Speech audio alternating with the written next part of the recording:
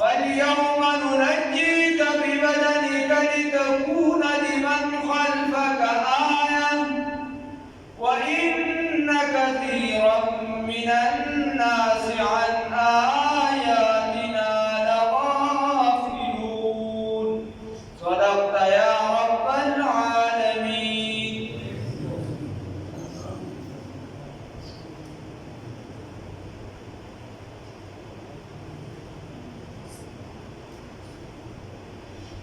اللہ رب العزت دی آیاتونو کی فرمائی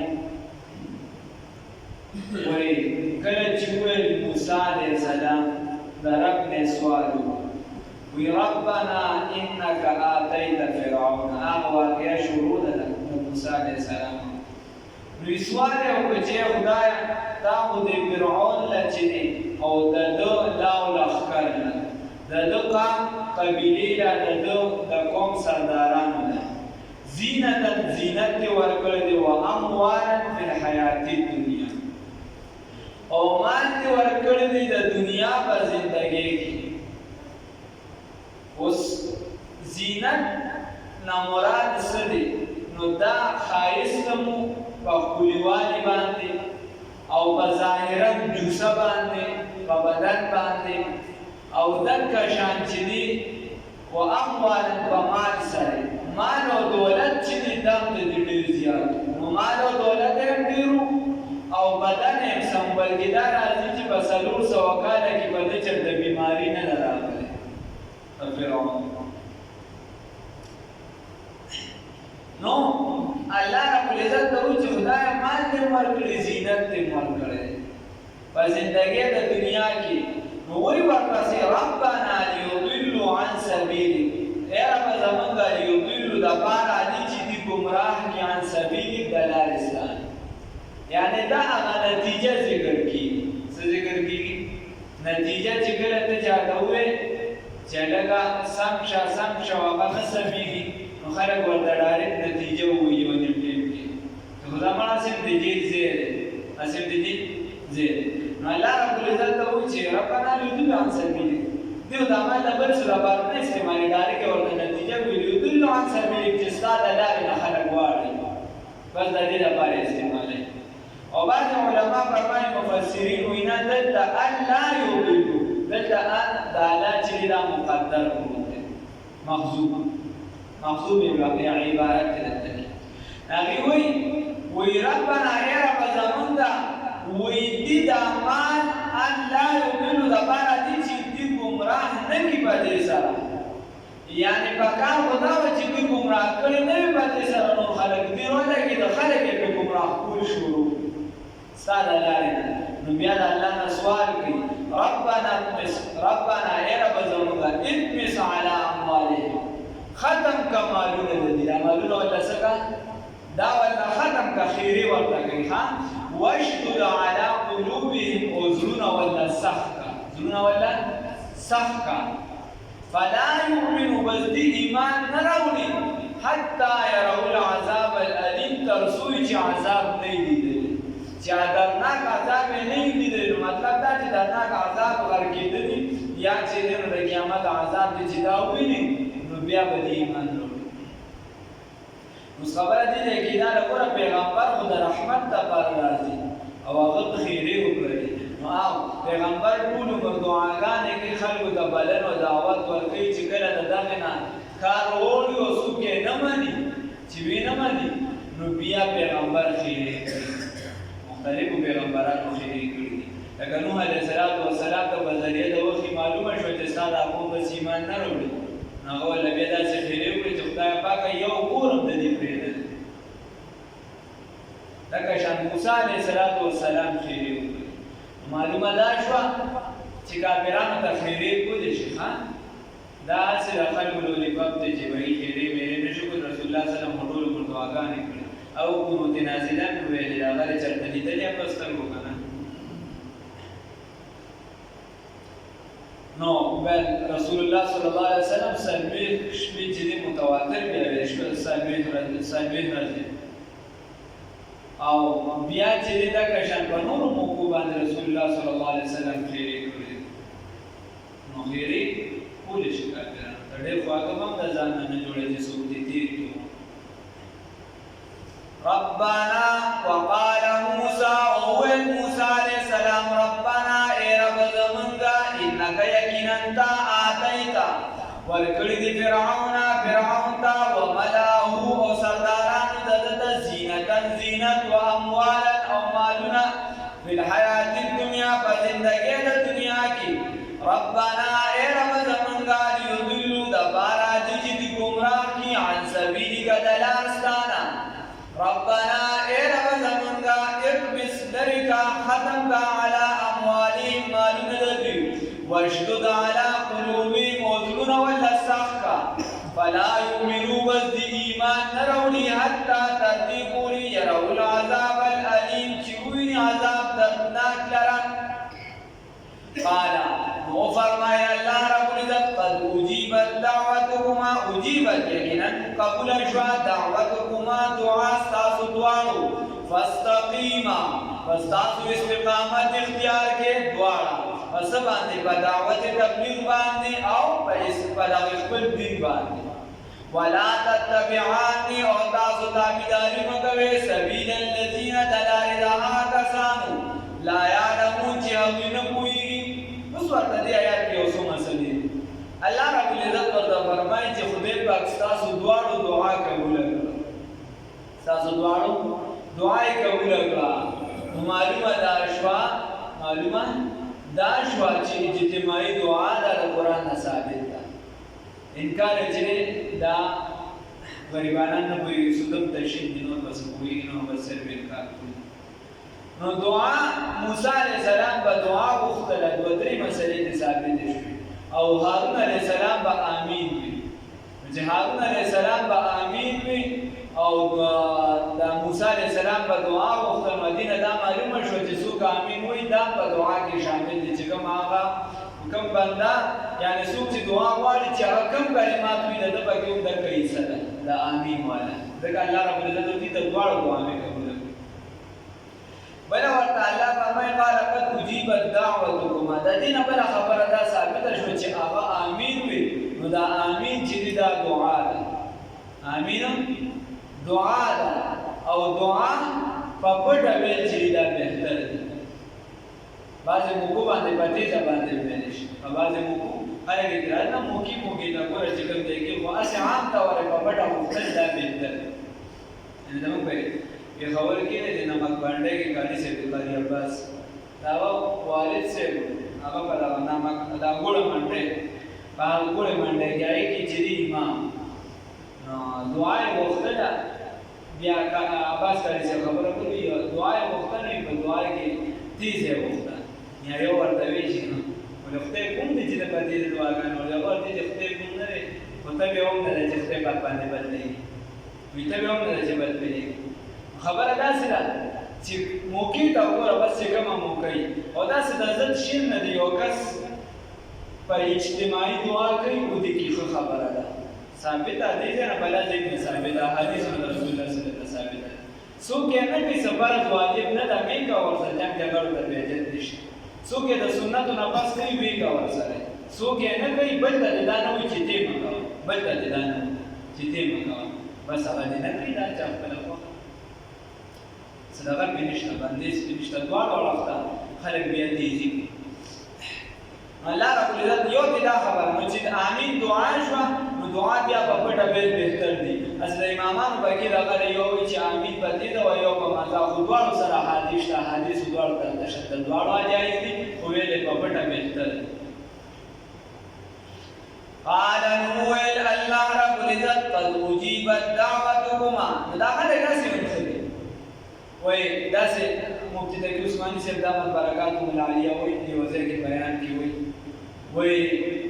داسې خبره وه چې د انګریزانو په دور کې هغه هم خپله دا وایي چې ما د اکابرو نه اورېدلې دی ما چېرته لیدلې نه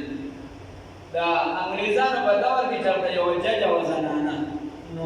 جومات کې جګړه وشوله د مسلمانانو خپلو کې یو وایي چې امین به په تیزه وي او بل وایي په مزه به وي او جګړه عدالت ته لاړه نو هغه ښځه چې دا عیسایانه وه ججه هغې ورته چې دا زما د مذهب مسله نه ده او زه پرې نه پوهېږم زه پرې خپله کتابونه به وګورم نو چې ستاسو کتابونه څه وو بل تاریخ یې ورکړ چې کله بل تاریخ راغی جج چې کله هغې چې کله فیصله وکړه ورته چې ما خو څومره ستاسو احادیث وکتل نو هغې کې دوه خبرې دي امین بالسر هم شته او بالجهر هم شته په مزه هم شته او په تیز هم شته خو دا تاسو چې په سکنځه دی نو دا خو امین بالشر دی دا د جګړې امین دی دا تاسو د جګړې دپاره نښتېږني اجازت د دواړو شته کوم ځای کې چې کوم مذهب راایي او هغوی په خپل مذهب باندې عمل کوي نو د هغې خلاف ورزي باندې کېږي قال وفرمایل الله رب العزت قد اجیبت دعوتکما خپل مسلک پرېږدم د بل هغه چېړم قال چې مسلک د حق لکه سیدنا امام ابو حنیفه رحمه الله امام شافعي صاحب امام مالک صاحب امام محمد بن حنبل صاحب نور شینونو مینونو پسې باندې قال وفرمایل الله رب العزت قد اجیبت دعوتکما یقینا قبول کړې شوه دعا ستاسو دواړو فاستقیما اوس به کار څه کوې دواړه به استقامت اختیاروي مسلسل خپل دعوت چلوي دعا هم قبوله شوه خو دعوت چلوي او په خپل ځای باندې ټینګ ولاړ بل ورته وایي ولا تتبعان او تابعداري مه کوئ سبیل الذین د لارې د هغه کسانو لا یعلمون چې هغوی نه پوهېږي او د دې نه بله دا خبره هم ثابته شوه چې اجتماعي دعا چې د هغه الله ربالعزت ښه کم دی او سره یې کم دی لکه شان عربۍ کې چې کومه دعا یې هغه هم الله چې پوهېږي بیا نه چې نه پوهېږي بیا د خپلې ژبه کې بهتره ده وجاوزنا او دی تیر شو او تیر کړه الله ربالعزت او تیر کړو موږ دی بني اسرائیلو لره ببدء وجاوزنا موږ تیر کړو وبادا وانظر بني اسرائیل لرا البحر په دریاب باندې فاتبعهم بس تابعداري وکړله د دوی بس دوی پسې شو فرعون وجنوده لښکر د دوی بغیا په سرکشۍ سره وعدوا او په زیاتي سره د وجې د سرکشۍ او د زیاتي یا د دواړو د یو بل لپاره تاکید لپاره دي نو دا کله چې د فرعون ډېر ظلمونه راواغېشته الله ربالعزت بني اسرائیلو باره کې حکم راغی موسی علیه السلام ته یې چې ورته وویل چې تاسو هجرت وکړئ یو دې چې هجرت ته کله روانېده دې دقسې راووته چې دقسې راووته نو بعض مفسرینو لیکلي دي چې زنانه د ښکېدلې دي چې زنانه خو شور مور ډېر کړي نو هغوی د موازونه بعضې واورېده پوه شو او بیا چې هغوی کله تسلي وشو نو بیا دې پسې شاته را روان شو او بعضو لیکلي دي چې دې د عبادت په نیت داسې کار کې به راوته د دې مخصوص عبادت په والله اعلم هغې په دغه باندې راووته او دې ته یې ووایي اجازه ته دې واخله یې ولله ورکړه چې کله راووته نو دې بیا شکیان شو او ورځ بعضو لیکلي بعضو دوم لیکلي هغې پسې دې بیا را روان شو بیا یې دې د دغه دریاب سره خوا کې راواړل د مسلمانان خو د دې نه یو څو ورځې مخکې ښه خلک یې جبرائیل علیه السلام راغی او د انساني شکل باندې فرعون ته وایي چې یاره ما په کور کې یو غلام رالوی کړ ټول عمر وړوکي مې رالوی کړ او ومې ساته خوراکونه هر څه مې پرې وکړل اوس چې هغه رالوی شو نو هغه ما خپل اکا نه مني د هغه په باره کې څه فیصله ورته وایي نصیحت ورته وکړه د صحیح ده لاړ دویمه پیره بیا څه وخت پس بیا ورته دوی نصیحت په دریمه پیره ورته فرعون وایي چې زه داسې غلام مړی کړه غوسه شو ورته دا د مړکولو قابل دی په اوبو باندې دغه دریاب نه دی په دې باندې غرق کړه ده ورته چې داسې خبر بیا وایي دا ولیکه هغه ورته ولیکل بیا چې کله دا بني اسرائیل په دې دریاب تیر شو داسې او فرعون دې منځ ته راورسېده نو دې چې دا دریاب چې به کله روان شو نو دغه ته ده ووایي چې ما